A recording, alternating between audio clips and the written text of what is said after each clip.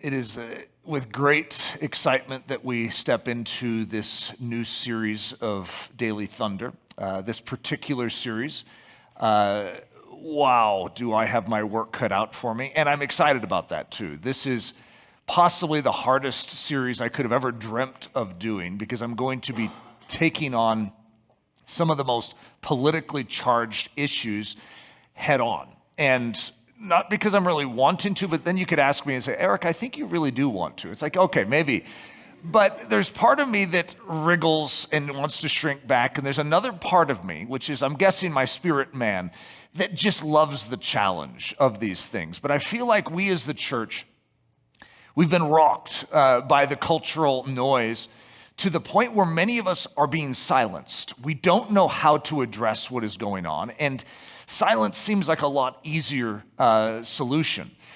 It's my desire not to necessarily do what everyone is expecting in this series either. I am going to probably surprise every single one of you a few times along the way with how I address certain things. But let's just start. This is a foundation message for the entire series. And so it's going to be very different probably than the other messages in the series. But hopefully it lays a vision out and a foundation of how I'm going to approach through some of these issues. And so you can sort of wrap your mind around what I am doing, and we can join together in trying to accomplish that.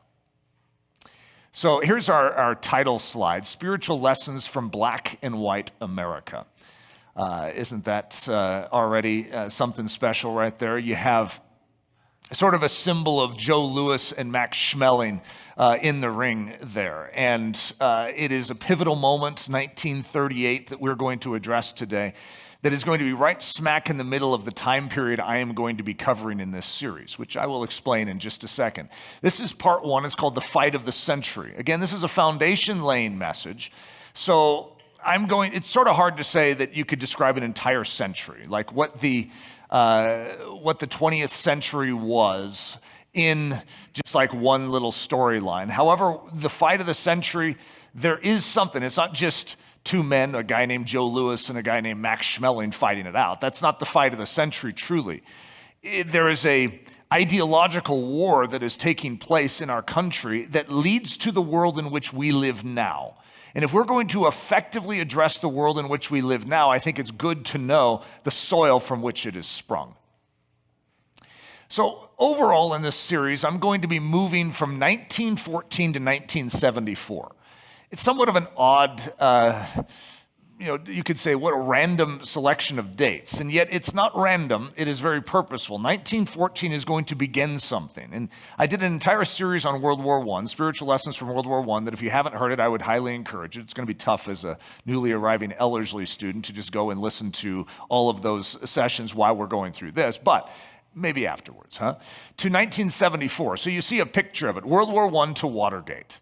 Now, if you don't know anything about World War I, that is fine. If you don't know anything about Watergate, that's fine. I'm just giving a range of time. If you do know about either of those, you're extremely fascinated right about now. It's like, why did Eric choose those 60 years to unpack? It's because those 60 years are going to define so much of the world in which we live. So I'm also going to give a name to this, and that is the black and white era. Now, it's hard when you hear black and white, you have a tendency to think race immediately. And there's nothing wrong with that because that is going to be one of the black and white issues that we're going to be addressing. But there's actually quite a few black and white issues that are going to take place between 1914 and 1974. So look at this, movies. The advent of motion pictures is going to be in this. The first major motion picture release is in 1915. And then 1927, the television set is going to be invented. It wasn't a very good one, but it's going to be invented, and in the 50s, it's going to launch. And so most of our cultural memories, if not every single one of our cultural memories from this time, is going to be in black and white. It's an odd thing because even color photography was in existence at the time of Watergate, but most of the photojournalists that are taking photos are still using black and white photography. So our memories of this season of history are black and white. Racial tensions, black and white. It is a very real issue in our country during this stretch, and I'm going to say still a very real issue. Dogmatism.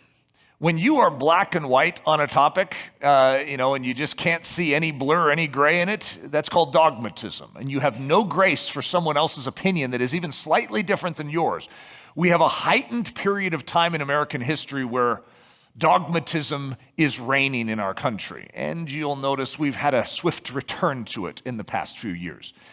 The FBI is going to be birthed in 1924. To deal with many of these black and white issues, ironically, and they will be known in history as wearing black and white.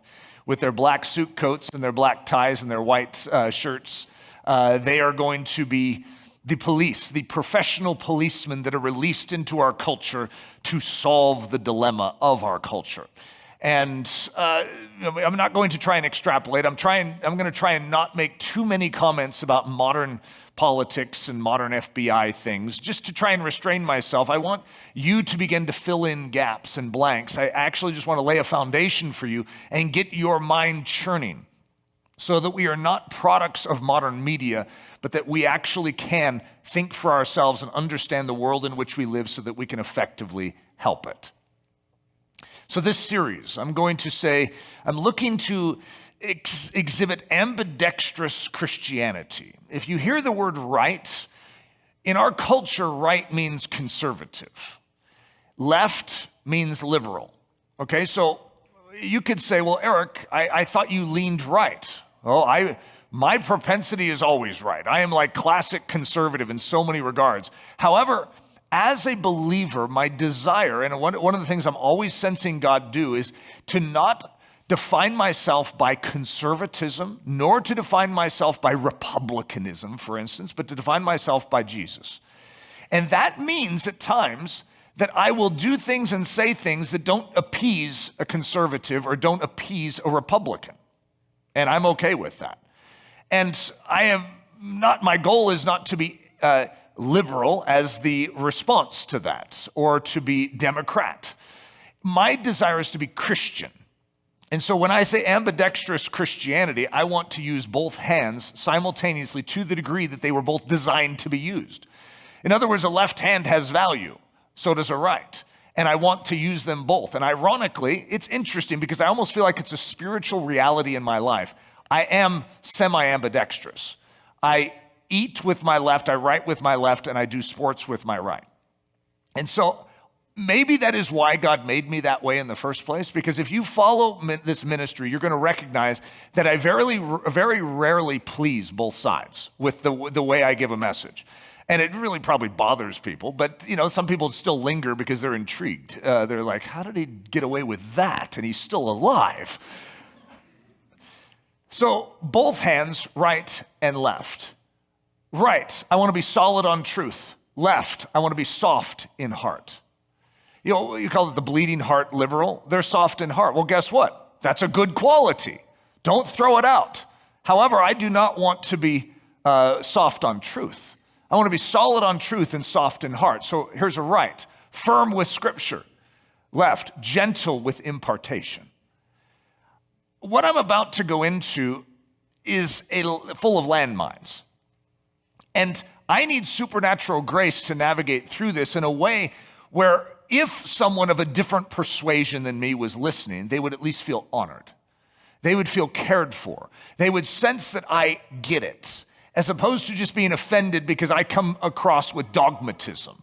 And I say, this is just the way it's always been. This is the way I prefer it. And so therefore, this is the way it's going to be. And that is an unhealthy way to win those that you desire to see Jesus and be transformed by Jesus. Numbers 20, 14 through 17. This will give us sort of an understanding of how I'm going to approach this. So we have Moses leading the children of Israel. It is at the end portion of the age in which all of the leaders have died. Aaron has just passed away at this time.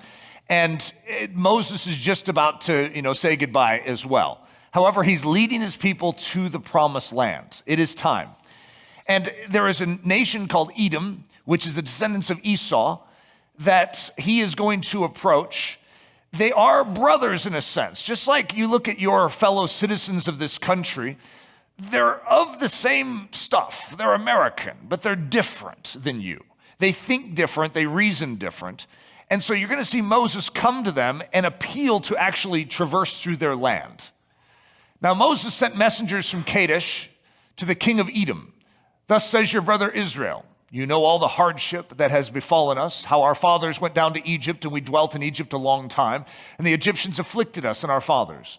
When we cried out to the Lord, he heard our voice and sent the angel and brought us up out of Egypt. Now here we are in Kadesh, a city on the edge of your border. Please let us pass through your country. We will not pass through fields or vineyards, nor will we drink water from wells. We will go along the king's highway. We will not turn aside to the right hand or to the left until we have passed through your territory. Now, the reason I'm going to clip it there is because the king of Edom declined. And it's like, that's not as exciting as what I would prefer right now. Which is, I want to even appeal to the world out there that may think different than me and say, I'd like to pass through these topics. Now, I want to assure that my goal is not to harm this territory. It's not to harm anyone in this territory, but I want to pass through. I'm not going to go to the right or to the left. I want to stay on the king's highway. But could I pass through these topics? You see, most people would say, you're not allowed to talk about that. And it's an interesting point to bring up. Am I not allowed to talk about racial issues? Can I not talk about what the black people have gone through if I'm not black? How are we supposed to deal with these issues if we can't deal with the issues? But I'm making a petition and appeal, can I pass through this country? I'm not going to go to the right or to the left. I'm going to stay on the King's Highway. The King's Highway. I'm going to call it this. Historically, it was not this. It was the king of Edom's highway. However, I'm going to take that same definition and say that is our walkway right there. It's the way of honor. It's the way of love. It's the way of Jesus. It's not right or left. I gave my fingers the wrong direction. It's not right or left. Proverbs 4:27, do not turn to the right or the left. Remove your foot from evil. Isn't it interesting that placing your foot in evil has to do with going to the right or to the left? When we do that denominationally, we bring division. When we do it politically, we bring division. Now, I know some of you, if you're talking politics, are going to be like, Eric, you're the sappiest character alive if you think that we can't take decided positions on these issues and expect to change our culture. I totally get it, believe me. What I'm saying is my approach to this topic, this series, is my goal is not to go to the right or to the left. I am a minister of the gospel. I am not a politician. My goal isn't to stir Congress up to pass some law. That it has nothing to do with my agenda. My agenda is to stir the body of Christ up to live out with love in this generation. Isaiah 30:21, your ears shall hear a word behind you saying, this is the way, walk in it. Whenever you turn to the right hand or whenever you turn to the left. I want to have that voice behind me saying, Eric, this way. No, this way. Let's stay on the King's Highway. My goal is to walk the center line because the right does not always behave right, and the left often has left out the truth. So that was my little creative way of starting this out. In 1914, which is our starting point for this, even though we'll dance around and hit all sorts of different dates even outside of my target, in 1914, America is arguably the most racially prejudiced and racially segregated nation on earth. Now, Woodrow Wilson at the time would never have wanted you to think that. He wanted to present America as the most free nation on earth. And yet there is a sector of our society that would, if they had a voice, argue the opposite. And my goal is not to, again, stir things up by saying things. I'm just trying to be as plain-spoken as possible. And in 1933, Dietrich Bonhoeffer, who's the German Christian theologian, many of you have heard of Dietrich, is going to come over to the United States. At this exact time, Hitler is going to be coming into power in Germany. And he is going to see something when he is here that shocks him. And that is the way the white people treat the black person. He has no words for it. He's like, it's a blind spot in the Christians of America. And he's going to make the statement, we do not have such a blind spot in Germany. and he is going to go back to Nazi Germany. Isn't that just sort of an ironic twist? Because in Nazi Germany, they have, I don't even know if you could call it a blind spot. It was a pretty forward statement where it was a declaration that the Jewish people were the problem. They were the hindrance to the finances. They were the hindrance to the war effort. They were a hindrance to the forward movement of Germany, and they must be dealt with. All of us here in America looked over at the way the Nazis were treating the Jews and were horrified. We could not imagine a people being belittled because of their race. And yet, in our own territory, we could not see the hypocrisy. We live in a very different culture than 1914, and I'm going to call it an inverted culture, where whatever we could say was emphasized back then has been completely inverted to the point where now what rules in our culture is very different than ruled back then. BLM, woke, cancel culture, the LGBTQ plus movement, choice, like pro-choice, critical race theory, anti-Americanism, the exact opposite. Those were the things that the FBI was stamping out. Now these are the things being elevated, and that which stands against these things is being stamped out. We are in an inverted culture, but that's actually good for you to recognize why. In some ways, we are a reactionary culture because of the fact that we didn't walk the King's highway. We didn't walk with love. We walked with dogmatism. The seedbed of this insanity that we currently live in, 1914 and 1974. That's why it's important to know. The paralysis of sensitivity. This is what I'm going to describe as something that we are struggling with today. We're all very aware of the culture in which we live. No one really even needs to teach us about it. You feel it. You imbibe it at every turn.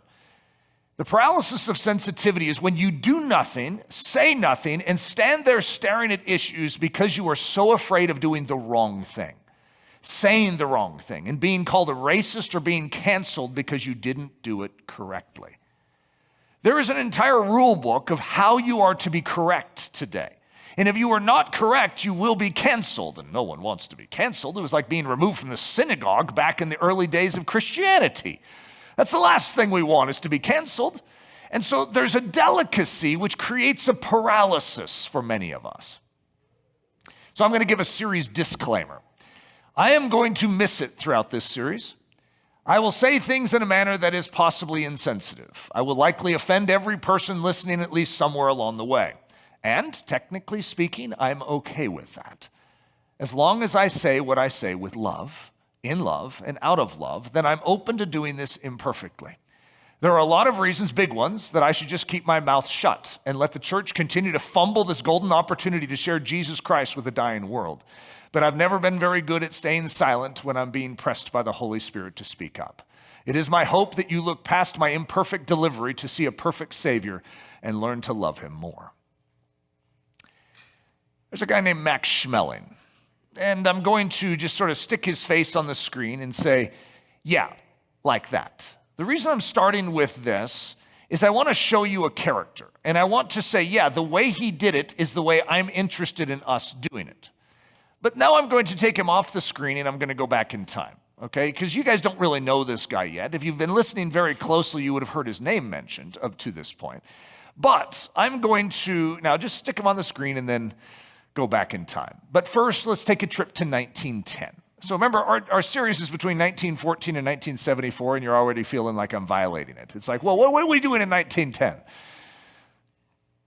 So here's a character named Jack Johnson. And you'll see by the picture that he is a black man. And that might not stand out to you. However, this is one of the great rarities in early American history, is that this black man was allowed to fight for the world championship in boxing. Now, that many people would say it was a mistake that it was even allowed. However, the circumstances that came about, he slipped through the cracks, and guess what? He won. Now we have a problem, guys. You see, most of you don't understand the nature of America in 1910. When we say we want to go back to the good old days of America, you have to be watchful of what you're saying. It's like saying you want to go back to the early church. Just make sure you don't want to go back to Corinth.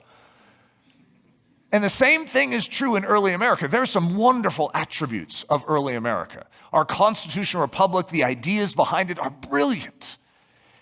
However, we have some problems that we carted into our country, and we have struggled with knowing how to deal with them ever since. So Jack Johnson is going to expose some of those challenges because he is the heavyweight champion of the world. No one can beat him. And he is roughing up every single white opponent that comes up to try and dethrone him. And we have an issue because he's getting cocky. And when a black man gets cocky, this is not allowed in America. So the story of Jack Johnson and the dangers of treading upon the Jim Crow etiquette. Now, I'm saying a lot that you may not understand. For instance, the word Jim Crow or the phrase Jim Crow, it's actually not a character. There's not a guy in history named Jim Crow. It's a statement that makes sense to early America, especially from Reconstruction on, which is after the Civil War, after the Emancipation Proclamation from Abraham Lincoln. But there are going to be something known as Jim Crow laws, and they're going to make sure that the black people know their place. So this guy, Jack Johnson, is going to tread upon Jim Crow laws. Whoa, whoa, whoa. How could he dare do such a thing? So since you don't know what Jim Crow laws are or Jim Crow etiquette, I'm going to give you a crash course. So this is a quick tutorial on Jim Crow etiquette, a training of a young black boy in 1910. So say we have a young black boy in front of us. This is how we could train him. Listen closely, because violating this racial etiquette in even the smallest way will place your life and the lives of your family at risk. Rule number 1, remember your position. The white person is superior here in America. They get served first. They get the best education, the best opportunities, and the best treatment. This is their country, and they have graciously opened their doors to you and allowed you to live here. Remember that, and things will go better for you. Rule number 2, remember, the white is more important than you. So they take precedence, always. In every situation, you defer to the white person. If they are walking down the sidewalk that you are standing on, move out of the way, even to the other side of the street if necessary, lest you hinder or inconvenience them in any way. The phrase is give whites the wall, which means when sharing a sidewalk, you get the street side, they get the wall side. This is imperative. Don't ever question this principle. They always get the more convenient, more comfortable, and more pleasant option. If they are riding the bus you are on and there are no more seats, you must give them your seat. Rule number 3, when you address a white man, you call him boss or captain. You do so with respect and humility in your voice. In doing so, you make it clear he is better than you. And when his white kids show up, you call him massa and make it clear that they are better than you. If you know the white person well, then you may be able to refer to them as Mr. John or Miss Mary, but only if you know them well. You must always deal agreeably and in a non-threatening way with a white person. And even if they are wrong, mistaken, and disturbed, you never mention it. Rule number 4, always remove your cap when talking with a white person. Under no circumstances can you assume an air of equality with them. Rule number 5, don't taint the stuff. When you come to a restaurant, don't taint the restaurant's utensils or plates by using them. Instead, bring your own bucket or tin pail. When you buy clothes, never try them on. A white person will never buy those clothes if you dare to soil them by putting it on. And this applies to shoes, hats, and scarves too. Never try them on. The white person is highly sensitized to what their things may have touched. Rule number 6, read the signs. When it says Negroes and dogs not allowed, heed that sign. Always sit in the buzzard roost at the theater, that's the upper balcony, and only go to the state fair on colored day and never on a day that is not designated for you to attend. Rule number 7, use the correct entrance. Don't ever go in through the white door on a public building. You must use the black door, which was usually in the alley out back. Rule number 8, don't ever look at a white woman that way. Don't ever talk to a white woman that way. Don't ever think that you are right for a white woman. You stay with your own color. That's how you survive. Rule number 9, expect the whites to use violence against you if you ever break any of these inviolable laws of social etiquette. Now, I'd love to stop just right there and see how you guys are doing. This is a very, very uncomfortable topic. There's nothing fun about this. That is so utterly disturbing, and I get it. It's, of course, the reason I'm bringing it up. Jack Johnson, he violated Jim Crow etiquette. He bragged. He strutted about town in his flashy car. He crowned his teeth in gold. He gave off an air of self-confidence. And he dared to date a white woman. So this is a major issue. In 1915, we're going to have the resurgence of something known as the Ku Klux Klan. It is all in stride with what is happening here. And Jack Johnson doesn't know his place in early America here in 1910. He doesn't get it. He is threatening a social order. So Jack London, we have a lot of Jacks and Johns in this story, but Jack London is publicly going to call for an answer, and it's known historically as the Great White Hope. And so here's Jack London's statement. Jim Jeffries must now emerge from his alfalfa farm and remove that golden smile from Jack Johnson's face. Jeff, it's up to you. The white man must be rescued. Now, what's funny is I've always enjoyed Jack London's writings, so it's somewhat disturbing to see this, right? This is normal back then. This is politically correct back then. And so Jack London is just walking in stride with what is common thinking.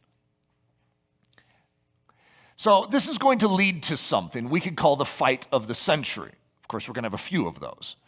But it's July 4th, 1910. I don't know why they chose Reno, Nevada outdoors on July 4th. Can you think of a hotter environment than that? But this is going to be Jack Johnson versus James J. Jeffries. We got J's everywhere. And he is known as the Great White Hope. James J. Jeffries has been the greatest boxing champion of history. And he is undefeated and he retires. And then that's when Jack Johnson emerges. And so Jack London is calling on James J. Jeffries to come out of retirement and to silence this black man who is defying the system. He's going to cause other black people to think that they could be more. That could threaten the equilibrium of culture. So here's the prize fight poster. There's always a poster for the marketing purposes for the bouts. So it's called the Incomparable Prize Fight. Isn't that cool to see those old posters? And so here's our guy, James J. Jeffries. Pretty cool photo. It's even signed by him. He's the retired, undefeated heavyweight champion of the world. Everyone knew he was a little out of shape. He was 80 pounds overweight. But you know what? He had decided he was going to come out because the social order of America was hanging in the balance. And he needed to correct this. So he's going to train for around 8 months to get rid of his 80 pounds of extra, weight. And he's going to put the black man in his place. James J. Jeffries says it this way: my goal is to win the title back for the white race. I am going into this fight for the sole purpose of proving that a white man is better than a Negro. Again, there's moments in this I'd really like to pause and just take a temperature reading inside of your soul to see how you are doing as we walk through this. The New York Times had an editorial that said, if the black man wins, speaking of Jack Johnson, thousands and thousands of his ignorant brothers will misinterpret his victory as justifying claims to much more than mere physical equality with their white neighbors. Jack Johnson can't win. This would disturb the entire system of America. Jack Johnson walked to the ring a lonely man on July 4th, 1910. The audience was white, and they were not cheering for him. This is a really challenging situation. I'm not supportive of Jack Johnson's bragging, him sort of flaunting what he's doing. It's sort of like, buddy, there's a better way of doing this, right? But I understand what he represents. And I understand how the black community could look at something like that and go, please, Lord, help Jack to win. We need to get out of this oppression. But Jack Johnson won, leading to the Johnson-Jeffrey riots in 1910. The black people celebrate, and the white people needed to put that down. They needed to maintain social order. You need to recognize why the Ku Klux Klan is going to reemerge in this time. Because the black people are beginning to move. You have the Bolshevik Revolution in 1917, which is going to cause the common people to realize that they can stick it to the government. And you're going to have the advent of communism, which is going to appeal to those that are oppressed. And you're going to have a movement that is going to begin to take place. And you're going to have a government, known as the American government, which is struggling to know how to deal with this. How do you truly have a constitutional government and oppress a people? That doesn't seem right. But at the same time, we have an order here. We have a system. We have a way of doing things. At this time, it was segregation. Everything was separate. Just, it's equality, but with separation. So pause. An important point for consideration.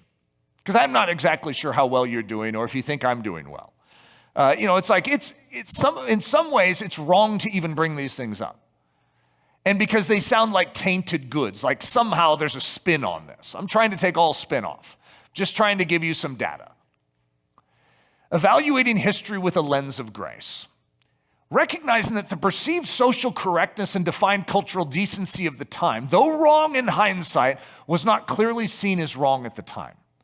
So what many of you are struggling with in seeing this was not actually deemed wrong at the time. It was moral. It was under the banner of a Christian nation. It was actually appropriate and right. And most bad things hide under that canopy. So I want to give you just a few samples that maybe would help you understand this. Hatred of Nazis in 1939. Okay, now, why would we hate the Nazis? Well, what they're doing is evil. What Hitler's doing in trying to overcome Europe, that's just plain wrong. What he's doing to the Jews is despicable. And so a hatred towards the Nazis makes total sense. And most of you would be like, yeah.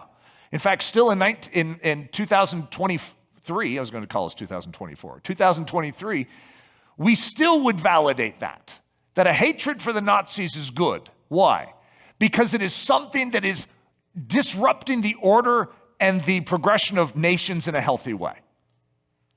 Hatred of the Japanese in 1941. Remember when they bombed Pearl Harbor? How dare they? Now, most people recognize that we overreacted towards the Japanese. Yeah, and so the Doolittle raids was just venom and revenge, and that's usually probably not the best thing. But at the time, it was totally correct. You could be a Christian and hate the Japanese, and you would be deemed right. Whenever that canopy gets into place, it can really disturb Christian witness. Hatred of communists in 1945.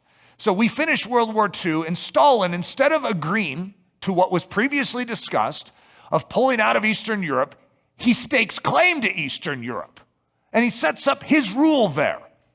Oh, the communists. And this is going to lead to all sorts of nonsense that you'll get to hear about in this series. And those communists, that's just pure evil. And so the hatred of communists is a very, very real thing that we have had under the canopy here in America that we have hosted. So can you understand that if the same canopy were in place for the preservation of America, because that's what we're talking about, the preservation of America, if you felt that the black people were threatening the preservation of America, it leads to the same conclusion. It's called Americanism. The blinding power of nationalism. When the purity and protection of your nation's people and purposes edges out brotherly kindness. There's a reason why we could hate the Germans or the Nazis. There's a reason why we could hate the Japanese. There's a reason why we could hate the communists. It's because they are violating our nation's purity, and our nation is vulnerable because of it. So brotherly kindness, throw it out the window. We don't care about their souls. We actually want them to go to hell. That's what they deserve. This is actually not how Jesus reasons. And resultingly, this is bringing about a cancer in our country. The rule of thumb for evaluating history: apply the same grace toward others as you know God has shown toward you. Boy, that would change our thinking quite quick. And like King Hezekiah, the heavenly grade given is not based on the start, but on the finish. And like King David, the indiscretion doesn't always warrant dismissal, especially if there is repentance that follows. But don't be an idiot and defend something indefensible. Wrong is still wrong, even if it be your favorite historical character that perpetrated it or your cherished political party that espoused it. King Hezekiah is actually going to start wrong, but finish well. and he's remembered as a king that did that which was right in the eyes of the Lord. David is a man who is remembered in history, even by God, as a man after his own heart, even though, boy, does he have a blemish on his record. Our America has blemish on its record. It does. And to try and overlook that actually doesn't help us solve the problem. It's actually more important for us to acknowledge what is real about our country so that we can help be helpful and address it. I love our country, and I'm not against our country. I'm desirous for our country to work well. However, we have issues in our history that many of us just try and bury over and say, well, I have nothing to do with that. I didn't have that decision. Why are they treating me this way? Why is everyone acting this way? These are deep-seated things that are in the realm of like feuds. Like if you are born British, you hate the French. If you're born French, you hate the British. If you're born French, you also hate the Germans. If you're born British, then you also sort of have a distaste for the German, but you can put up with them. In other words, it's cultural. And we have inherited certain cultural ideologies that are just in the water that we need to be very aware of and we need to purge out of our system. 1933, the rise of Hitler. So Hitler is going to come into power. Adolf Hitler, for those of you that don't know, sort of a bad character in history. And you can listen to my Spiritual Lessons from World War II series and get a good dose of Hitler. So in this time, in steps the great heavyweight boxer Max Schmeling. He is going to become heavyweight champion of the world in 1930. And so he is the prize. He is the flower of the German race. Now you have to recognize what Hitler represents. He represents something called an Aryan supremacy, where he believes that the white man is superior. And so all of these other varieties, that are of a darker skin tone, and that's even in Eastern Europe. You have the Slav and you have the Jew. He believes that they are the problem and that the superior race should rule. Now, most of us don't have much difficulty in seeing that is ridiculous. Aryan supremacy? I mean, come on. However, in our own country, meanwhile, while this is even happening, we have a form of Aryan supremacy, we just don't call it that. And we have a similar thing, we just don't create concentration camps for it. However, Hitler is going to take his pattern of social segregation, you know where he's going to get it from? America. So, before we excuse ourselves too quickly, I just want us to be wide-eyed as we go through this. So in steps the great heavyweight boxer Max Schmeling. There he is. Remember this guy? Good-looking guy. So this is going to lead to what we're going to call the fight of the century. Seems like we already had the fight of the century. Well, we have this same fight over and over again. And it's Joe Louis versus Max Schmeling. Now, Joe Louis is a black man, as was Jack Johnson. Jack Johnson was his inspiration. Joe Louis is going to fight all the odds, and he is going to just be beaten up everywhere. He was 24-0, I think, at the time he's going to take on Max Schmeling. He was unstoppable. And Max Schmeling, the champion of the world, is going to come to the United States to meet up with Joe Louis. Oh, this is going to be good.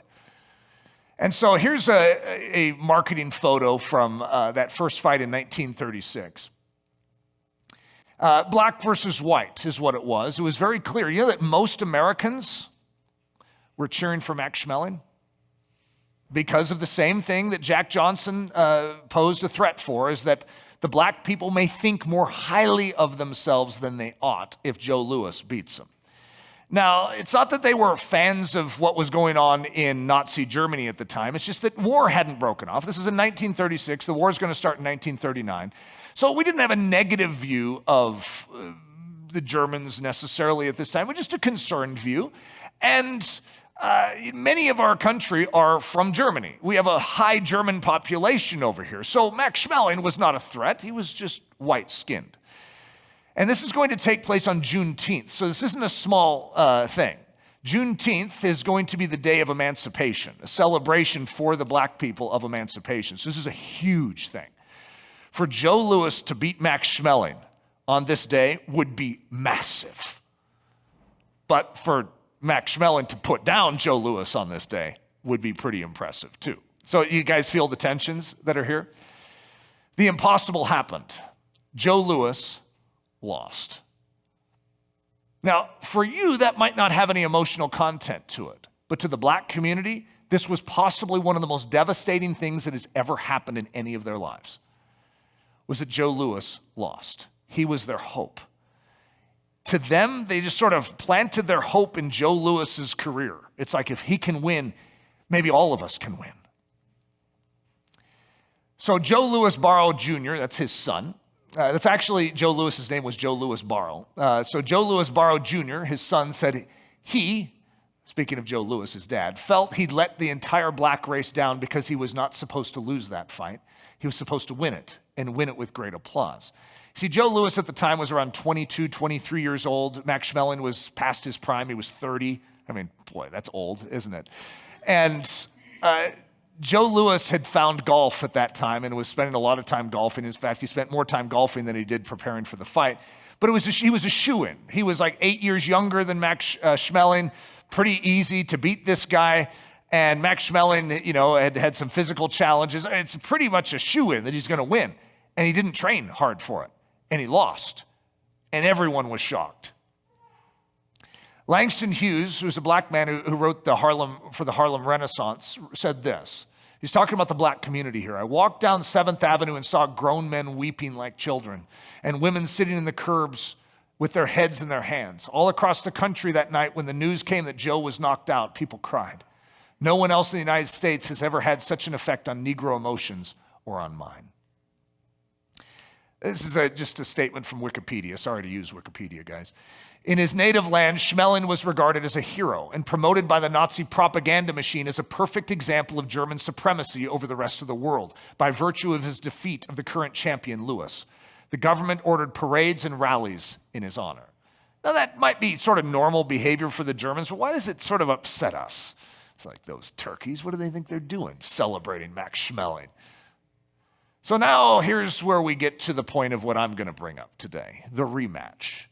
1938, we're right at the point or the crux of war in Europe. 1939 is when Hitler is going to invade Poland, and that's what's going to ultimately spike the start of World War II. But this rematch, June 22nd, 1938, one of the biggest events in the last century. And probably very few of you know about it, but it was a massive thing. So there it is. The tensions are high. Max Schmeling has no hope of regaining that. This is for the heavyweight title of the world. Joe Louis will be ruined if he loses this again. Probably never get a good fight again. This is his career that is hanging on the lines. And he's not that old, right? This was a fight that was good versus evil. The Nazis were now considered evil. And, of course, America is good, always. And freedom versus fascism. Roosevelt versus Hitler, the common man versus the Aryan arrogance, the fight of the century. This is a huge deal in American history. Huge deal for Americans. And it's a watershed point that is actually rather interesting. So here's a Nazi publicity release, June 1938. A black man cannot defeat Schmeling. Why? Well, you do know that Schmeling is a picture of the superior race, right? So a black man cannot defeat Schmeling. Schmeling is evidence of German Aryan superiority. His victory purse from the fight will be used to build more German tanks. How do you think the Americans were feeling about this? The Fuhrer, Adolf Hitler, has lifted the nationwide 3 a.m. curfew in Germany so that the cafes and bars can carry the broadcast of Schmeling's victory. Emphasize the word victory. They're so confident that Schmeling is going to defeat Louis. I mean, he just beat him in 1936. Of course, 2 years later, he'll beat him in 1938. He's superior, guys. This is nothing but a black man. Can you feel the tensions, guys? And I don't know, the tensions could be inside of you too, as they should be. Franklin Roosevelt invites Joe Louis into the White House and says this, lean over, Joe. Remember, he sits in a wheelchair, he has polio.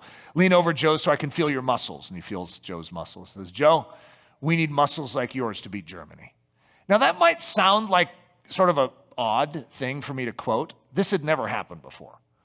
For a black man to be invited into the White House and to have the President of the United States say, we need more like you. This is a big moment in history.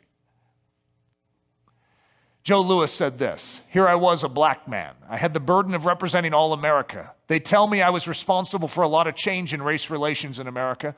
White Americans, even while some of them still were lynching black people in the South, were depending on me to KO Germany." That's knockout Germany. "I knew I had to get Schmeling good." Max Schmeling walked to the ring a lonely man. Remember Jack Johnson, how he walked to the ring? Now Max Schmeling comes to America. And remember last time, 2 years earlier, who were they cheering for? The white crowd was cheering for Max Schmeling. Something has shifted. And this something that is shifting actually is going to have a big effect on American history. The American audience was not cheering for Max Schmeling. Who were they cheering for? They were cheering for Joe Louis. This has never happened before, guys. New York Times wrote it this way. As Schmeling later wrote in his autobiography, he made his way to the ring that night under a hailstorm of banana peels, cigarette packs, soda cups, and spit. This is what Max Schmeling said. "Never in my life did 100 meters seem this long." The fabled fight that redirected American history. So this is that fight announcer. You know how they have the crackly radio sound? And he's like, "Louis measures him, right to the body, a left to the jaw, and Schmeling is down. The count is 5, 6, 7, 8. The men are in the ring. The fight is over in a technical knockout, and Schmeling is beaten in 1 round. Louis trained for this fight and knocks Schmeling out in the 1st round. And America is on its feet. And it's the first time in American history, get this, guys, that white people cheered a black man. Isn't that just an amazing thought? It almost gives me tingles to ponder that. What's going on in our country that would be the case? Come on, people. Don't you want to say, "Come on, America, what's wrong with you?"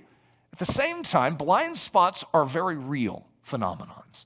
And they can fall under a canopy of nationalism or patriotism or doing that which is right. And even as Christians, we can participate in them. I don't like it when liberal agenda begins to bring up issues that are actually true, but the way they try and solve them is wrong.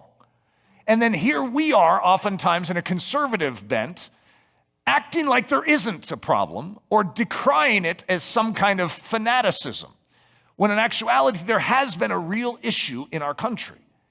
And it would be really good for us to know wisely how to address it.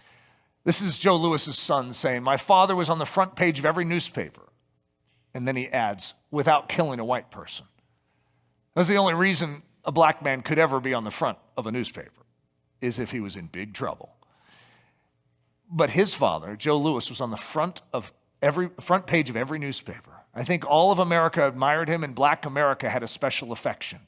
Many young boys were named Louis or Joe, and many young girls were named Marva, after my mother. And that was because of the admiration that they had for my father. Max Schmeling said it this way. "As we drove through Harlem in an ambulance after the second fight," so he had a very bad kidney injury. I mean, this guy was knocked out in 1 round. This is the heavyweight champion of the world, knocked out in 1 round. Unprecedented.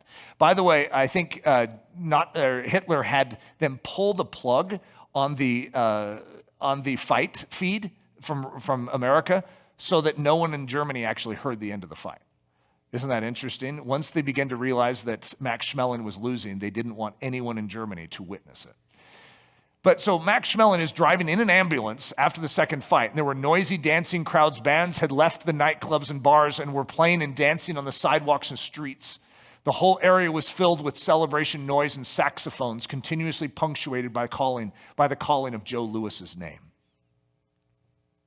The New York Times said others weren't as thrilled. Part of the post-fight lore, difficult to confirm now, is that the German broadcast of the bout was cut off before the fight ended. The emotional fight of black and white America. Now, this series that I'm doing is not just on racial tensions. There's a whole bunch of things that are going to be thrown into here. And I'm dealing with a lot of things that are very uncomfortable. I don't know exactly why these are so uncomfortable. I remember reading about a guy writing in, I think it was like 2004, about communism in the 1950s. And he said, basically, it's starting to get a little safer now to be able to even mention it. But since Joseph McCarthy was censured by the Senate in like 1954, 56, somewhere in there, no one has really been able to talk about it. And so you can't really bring it up. And that rings true to me at so many levels. I understand there's certain things we are not allowed to talk about. And if we don't, we'll never address them. There are issues inside of us that need to be touched. The only way to touch them is to address them. Maya Angelou said, when Joe lost, she's a black lady, when Joe lost in 1936, my race groaned. It was our people falling. It was another lynching, yet another black man hanging on a tree. This might be the end of the world. If Joe lost, we were back in slavery and beyond help. It would all be true, the accusations that we were lower types of human beings, only a little higher than the apes. You can see the emotion in this people. And then she says, when Joe won in 1938, the joy was unbounded. Champion of the world, a black boy, some black mother's son. He was the strongest man in the world. People drank Coca-Cola like ambrosia and ate candy bars like Christmas. Thomas Hauser said it this way. It was the first time that many white Americans openly rooted for a black man against a white opponent. It was also the first time that many people heard a black man referred to simply as the American. Max Schmeling, Hitler's poster boy of Aryan superiority. What's your opinion on Max Schmeling after all this? You guys a little disappointed in this guy? I mean, come on. And so this is my whole point. I've built all of this just to get to here. It's rough being Max Schmeling. The Nazi propaganda has gotten us all convinced he's a first-rate rascal. The true story of Max Schmeling. He refused to become a Nazi. He rejected the dagger of honor from Hitler. Unprecedented. No one would reject the dagger of honor from Hitler. He refused to fire his Jewish trainer, Joe Jacobs. Hitler commanded him to fire his trainer, who was Jewish, and he refused. Whoa, who is this guy? He was sent to the front lines as a paratrooper in World War II as punishment. 33 years old, way beyond draft age, had injuries, and Hitler, to punish him, sends him as a paratrooper. He survives. He hid 2 young Jewish boys in his hotel room during a Gestapo search and saved their lives, risking his to do it. He visited American POWs in German concentration camps during the war and sought better conditions for them. When Joe Louis landed on hard times financially, he helped him through it. He paid Joe Louis's funeral costs. Who is this guy? Remember at the very beginning I said, yeah, like that. How do we address what we're dealing with? See, there are different skin colors in here. And we all are going to appropriate this a little differently. Some of us, it's very personal. The diminishment of black people we take personally because of our skin color. I have 2 kids with black skin. In a strange sense, I take it personally on their behalf. It's very odd, just walking through this personally as I go through this. At the same time, some of us are appropriating it from a different side, which is we feel a little like Max Schmeling, which we are guilty. And the verdict is already out. We're condemned for being white supremacists, and we've never even thought about something like this before. It's like, hey, I wasn't there. I had nothing to do with that. I didn't, boo Jack Johnson. I wasn't against Joe Louis. I'm for him. And so we're confused. And this is a very common argument that takes place from the white side today. Is like, look, I had nothing to do with that. I don't have a racist bone in my body. And yet what we don't realize is that our skin color indicates something in this racial tension. Just like if someone is from Germany during 1933 through 1945, you're immediately concluded to be a Nazi. And yet not everyone was a Nazi. Not everyone supported what Hitler was doing. And many people died standing against it. And yet we have these things to walk through. Max Schmeling said this, looking back, I'm almost happy I lost that fight. Just imagine if I would have come back to Germany with a victory. I had nothing to do with the Nazis, but they would have given me a medal. A victory over Joe Louis would have made me forever the Aryan show horse of the Third Reich. The New York Times said this, veterans groups, among others, blocked Schmeling's initial attempts to return to the United States after World War II. He got a visa in 1954, however, and paid a surprise visit to Joe Louis, then living in Chicago. I said, this is Max Schmeling speaking, I said, Joe, you didn't believe all those bad things they wrote about me. Schmeling later wrote, He said he knew that it was all bull, and so we struck up a warm friendship.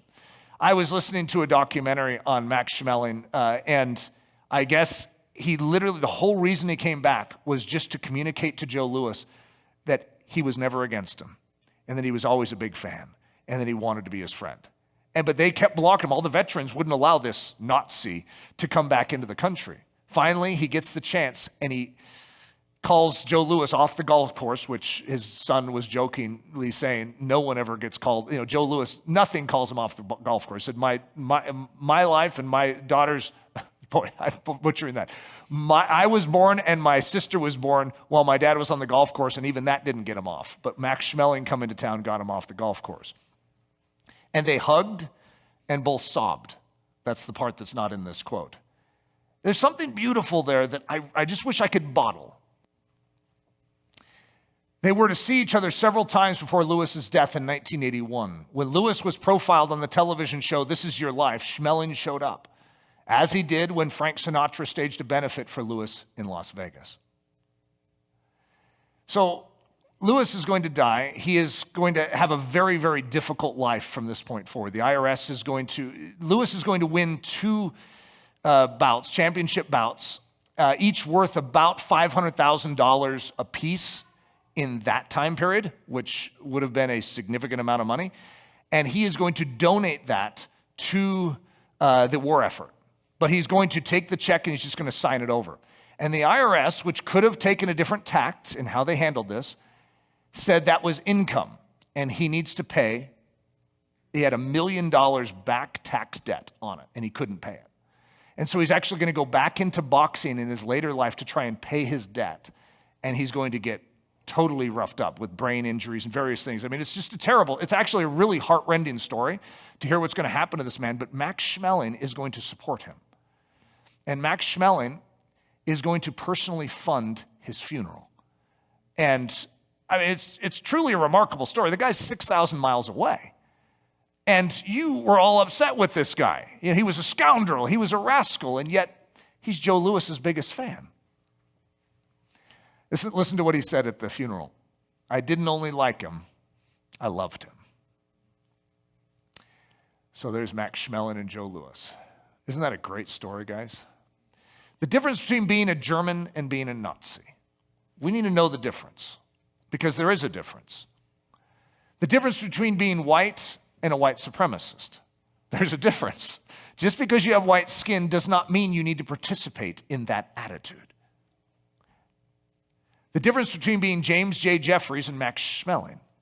Both fought a black man. Both were paraded as the solution to the black man, to put him in his place. But Max Schmeling had a completely different attitude. Lessons learned from Max Schmeling. It's possible to be German, to have shaken hands with Hitler, to have fought and bled for the Germans in World War II, and yet still not think or act like Hitler. The lessons for the white man. It's likely that you look a bit like that bigoted rascal, Max Schmeling. You know how important it is for us to just get it, for us to understand the tensions that have existed before us, so we understand that even though we have white skin and we may not have done anything, it still puts us in a position where we need to go the extra mile to show something. Lessons for the black man. It's possible that the one you think might be a bigoted rascal may actually be a dear friend of all black people. So Henry Levin was one of the Jewish men that was saved by Max Schmeling. So this is what he said later in life. He said, I'm pleased to say that there are good Germans, and Max Schmeling is their leader. As I go through some of these things, you're going to be very disgusted with the behavior of white people. And I'm not going to say that black people are going to respond well either. I'm not trying to take a side on who's right, who's wrong in every situation. However, there is a very real oppression that has taken place in our history. And it will disturb you, and I don't think that's bad, but it's going to lead to that point where you need to make a decision of how your Christianity is going to showcase itself. How do you deal with the Joe Louises in your life? The culture is trying to pitch you against them. How are you going to handle it? And how do you pull a Max Schmeling? How do you turn the tables on the storyline so that you can actually be the worker of Jesus and his grace towards them, as opposed to follow the party line and fit the role that everyone knows you're going to do? Yeah, every conservative behaves this way. That's exactly what the LGBTQ plus community says right now. It's like, oh, classic Christian right there. That's of course how they would behave. Let's change the storyline. I want us not to be known by our politics and just our doctrine. I want to be known by love. The same thing Jesus says. You will know my disciples by their love for one another. And then we can extend that and say, and I want the world to also recognize that we love them. The reason Jesus came and died is to set them free. Don't allow the enemy to bait us and to turn us away from our clear mission. We're missionaries. We expect the world to behave like the world. But we also should expect the church to behave like the church. Father, I ask that you would sensitize us. I don't know what a message like this can do to start that process, but I pray that you would use it. Lord, we desire to walk the King's highway in this life, the way of honor, the way of love, the way of Jesus. Teach us how to do that. Teach us how to not swing right or stand to the left, but to truly walk where Jesus walked, the narrow way. Lord, we love you, and we ask that you would do a mighty work of grace in our lives. It's in the precious name we pray.